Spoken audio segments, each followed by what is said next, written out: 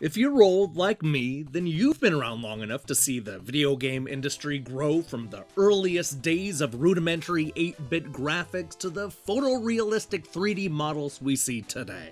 Super Life of Pixel is a brand new platformer that wants to celebrate the stepping stones that turned gaming from a niche hobby into a worldwide obsession.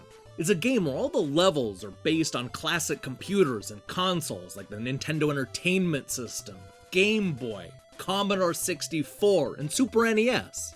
That's a cool concept, but is it enough to make up for the shallow gameplay and boring character? Let's find out.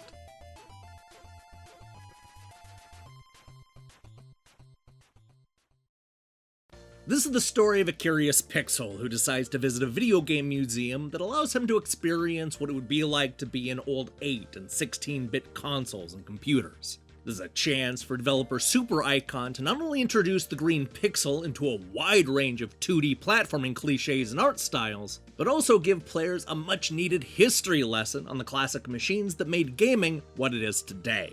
What's cool about this game is that every console has a different look and sound.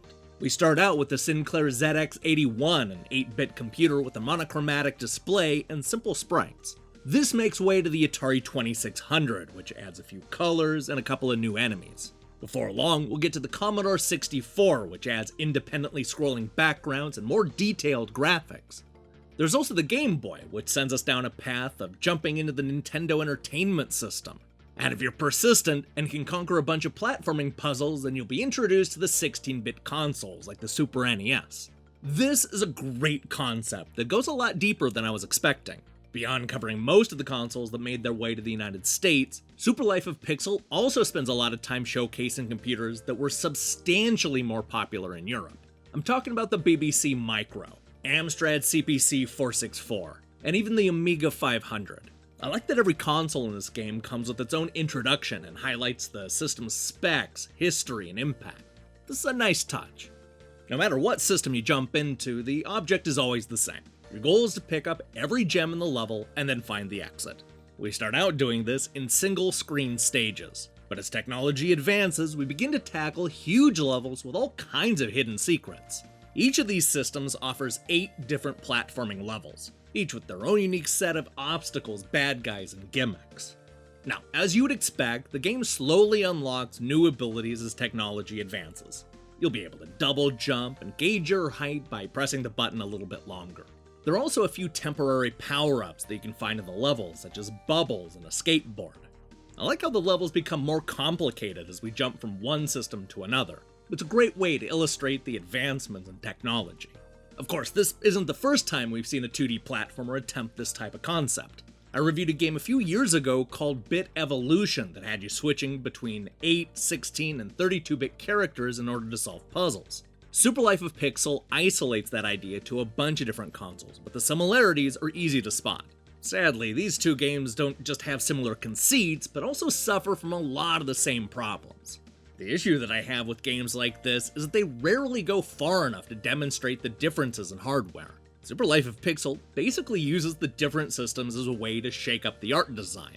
Sure, we get the double jump and other abilities, but they don't do much to highlight the gameplay and interface differences between the systems.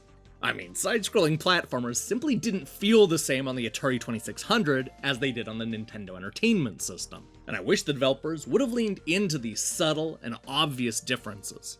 It doesn't help that the pixel character isn't especially interesting.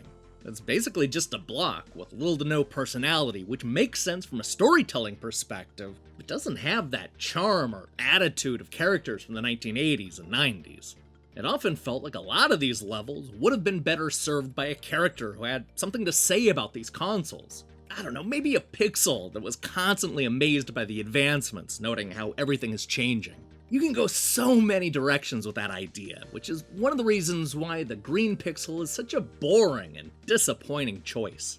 I'm also not a fan of the steep difficulty spike around the 16-bit era. It's probably worth mentioning that this is an expanded port of the 2014 game Life of Pixel, which really just focused on the early 8-bit systems. This Switch version includes a bunch of new consoles and computers to play around with, including the Super NES, Apple II, and Amiga 500. The problem is that these levels are substantially longer and more difficult than anything in the first game. We go from trying to collect 15 gems to tracking down 80, all without any checkpoints. The game excels when the levels are only a couple of minutes long. Dying 8 minutes into a stage because of a hidden spike is a recipe for frustration, and there's way too much of that in the second half of the game. Look, the game is at its best when it's trying to emulate the look and sound of the classic gaming devices. There's no question that Super Life of Pixel nails a lot of the nostalgia, right down to some of the quirks and imperfection of those old games.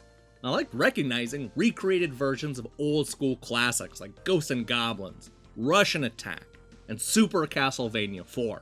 All this worked on me, even if the shallow gameplay and uninteresting hero left me cold.